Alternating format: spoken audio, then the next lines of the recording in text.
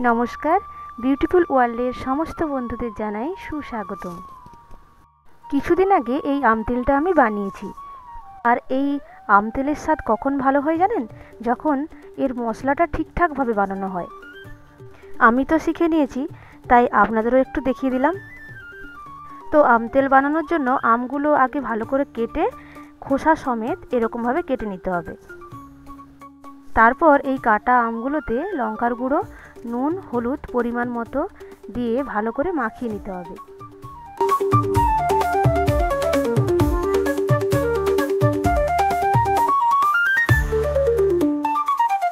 তারপর এই আমগুলোকে রোদে ভালো করে শুকিয়ে নিতে হবে, তবে একদম না শুকিয়ে আমচুর হয়ে যায় সেটার দিকেও খেয়াল রাখতে হবে।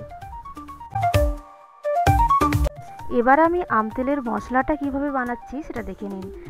যার জন্য লাগবে ধনে, 5 ফোড়ন, জিরে, শুকনো লঙ্কা।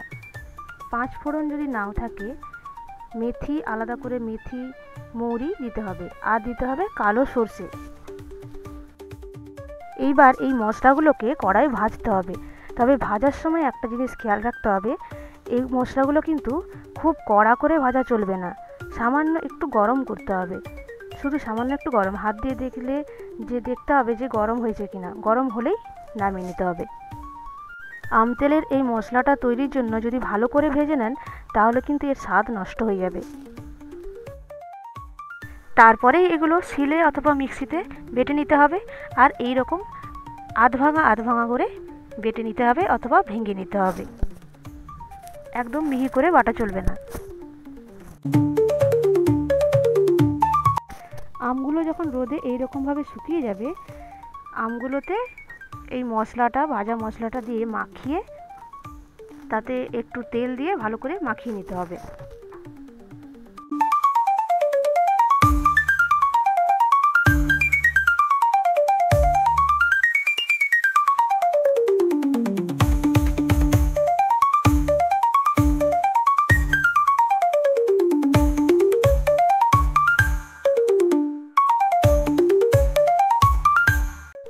এরকমভাবে ভালো করে মাখিয়ে একটা কাঁচের পাত্রে এই মাখাগুলো দিয়ে তারপর ওর মধ্যে সর্ষের তেল, কাঁচা সর্ষের তেল ঢেলে দিতে হবে।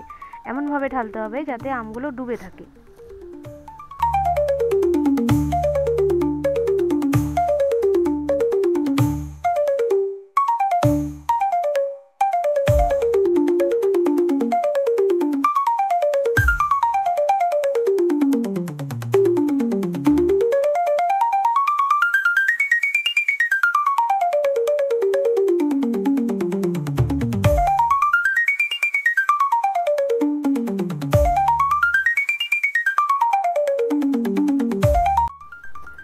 এরপর প্রতিদিন একটি কাজ করতে হবে।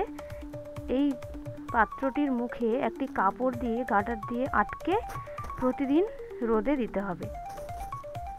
এরকমভাবে বানালেই আপনি একেবারে বানিয়ে ফেলতে পারবেন একেবারে ঠিকঠাক স্বাদের আম তেল।